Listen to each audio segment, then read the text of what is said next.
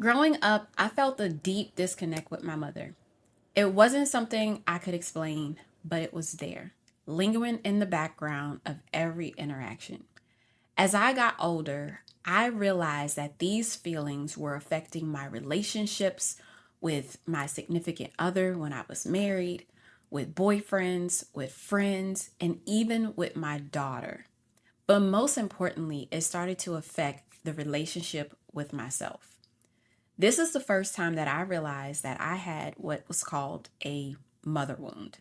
And in this video, I really want to talk about something deeply personal: healing my mother wounds. Okay, first things first, what I want you to do is to make sure you hit the subscribe button. Welcome to the Conquer Your Ish channel. My name is Janelle Rocket, but you can call me Rocky, or some of my friends call me Coach Rocky. And I am not an expert. I'm not a coach in this. I'm not someone who is a therapist or anyone who has a degree or anything like that. Here's what I am: I am a woman in my 30s healing. And if you've ever felt like you are carrying some emotional baggage from your relationship, whether it's from your mother or your father, you're not alone. So I really want to talk about how you can start healing and then also building healthier relationships in the process. So again, make sure you hit the subscribe button if you like this content, and make sure you share it if you find this content helpful for you or it could be helpful for someone else. First things first, let me give you guys a little bit of background. Growing up, I dealt with a parent who had a child very early. I am the baby of 6 kids. And when I came along, I felt like everything was already decided in my household. These siblings had this, these siblings had that. And when I came along, I was the kid where I wasn't really planned for. And so I didn't really, I didn't feel planned for, but I also didn't feel like there was a place for me in the house. And so I grew up feeling like I always had to seek attention from everyone in order for them to see me, right? And so I would be the one who makes everyone smile. I would entertain everyone with a funny story. I got really great grades. I played sports. I did this, I did that. I got into the elite programs for academics, and it still never felt like enough.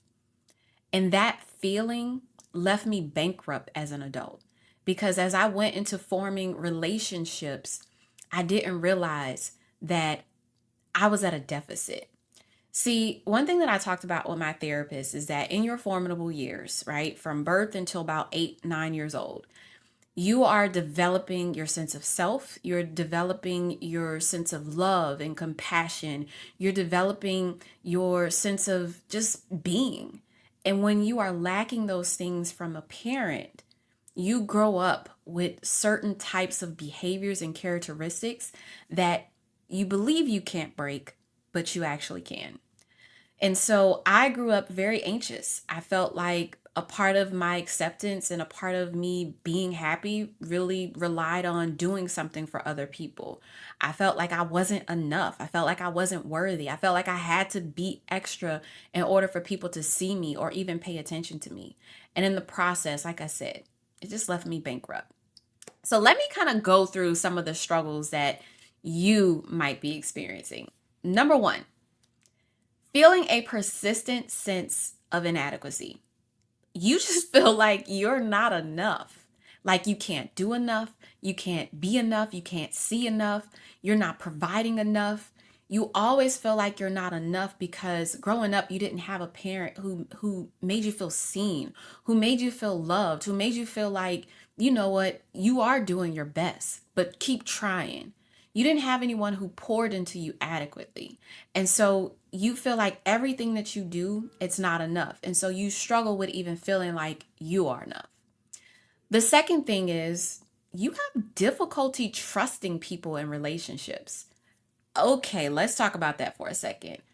Yes, we have trust issues, but did you know that it can come from your relationship with your parents? Did you know that it can start there? Because those are the first set of people that we trust in life. And so you struggle with trusting other people because You've spent your time growing up trying to rely on people and get people to see you, and all they kept doing was breaking your heart. Yeah. Number three, you replay negative interactions in your mind all the time. And it's since that happened, it will happen again. And the problem with that is that it's not the way you see it. It's not that way at all. Like, just because this happened in your past doesn't mean that it's going to happen again.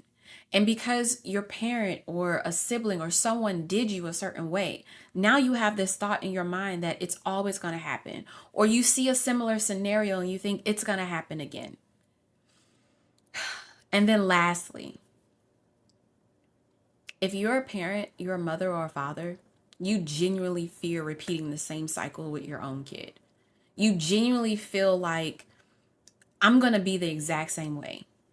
If you know anything about attachment styles, which I'll do a video on those, if you know anything about attachment styles, I have an anxious attachment style.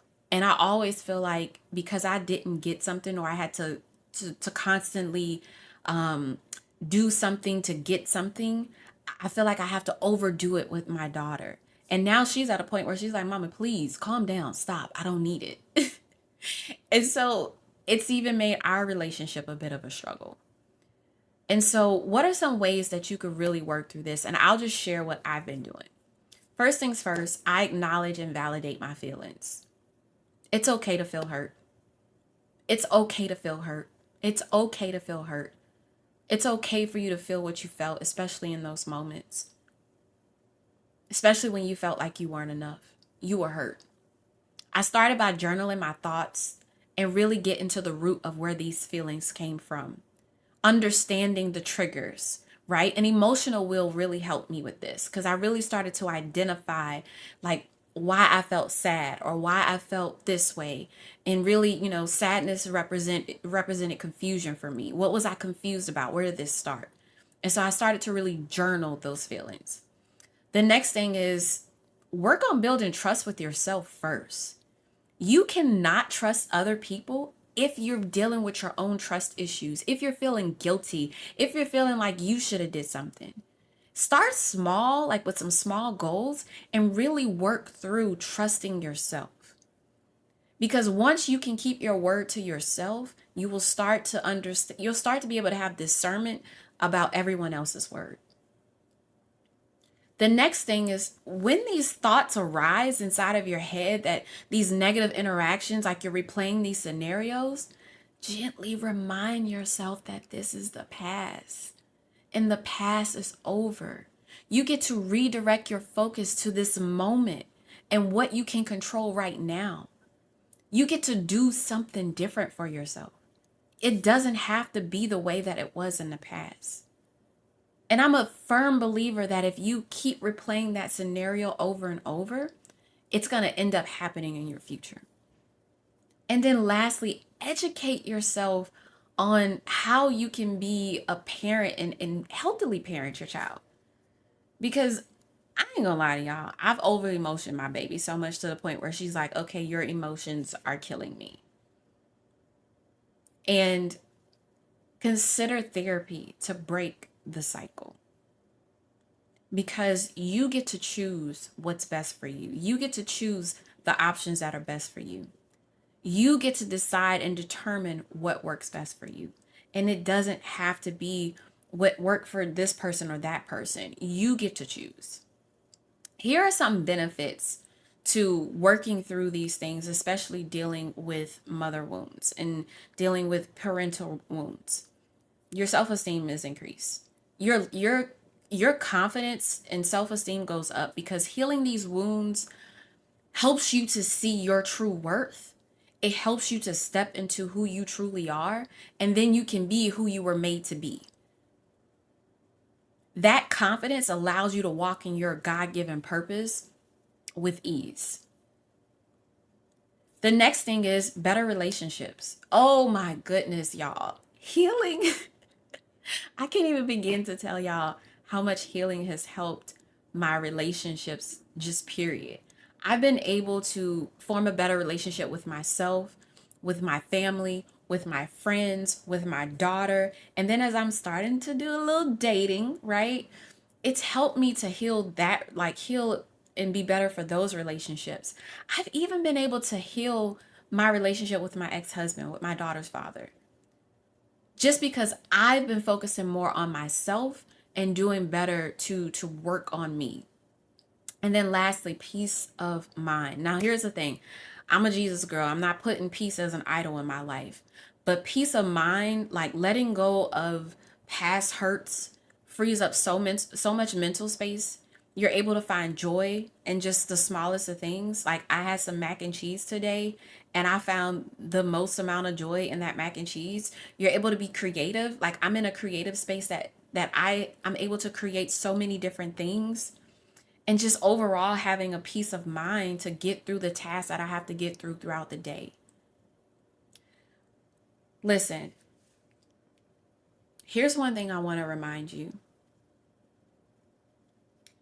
It's not your parents' fault. Just like I know it's not my mom's fault. Before her, she was parented a certain type of way, and that's all she knew. So when she had kids, she did the exact same thing. I'm the cycle breaker. I get to break the cycle. You get to break the cycle. Yes, what happened to you hurt, but you get to break the cycle. You get to heal. You are worthy. You are enough. You don't have to go out of the way. You are enough. Listen, if this resonates with you, I want you to explore some books, explore some therapy options. I'll link some of the books that I've been able to use in order to help me grow in this area, as well as a few other resources below. I also want to remind you, I'm not a licensed therapist. I'm just a I'm just a ratchet girl in a Jesus world healing. Okay? And so I want you to remember to always seek help. Listen, if you enjoy this content, I want you to subscribe. I would love for you to comment below if you can identify with any of this information when it comes down to healing from your own mother wounds. And if you would like for me to create more content like this, let me know that as well. Again, make sure you click the subscribe button, and I will see you guys in our next episode. Until the next time, I want you to go out there and conquer your ish.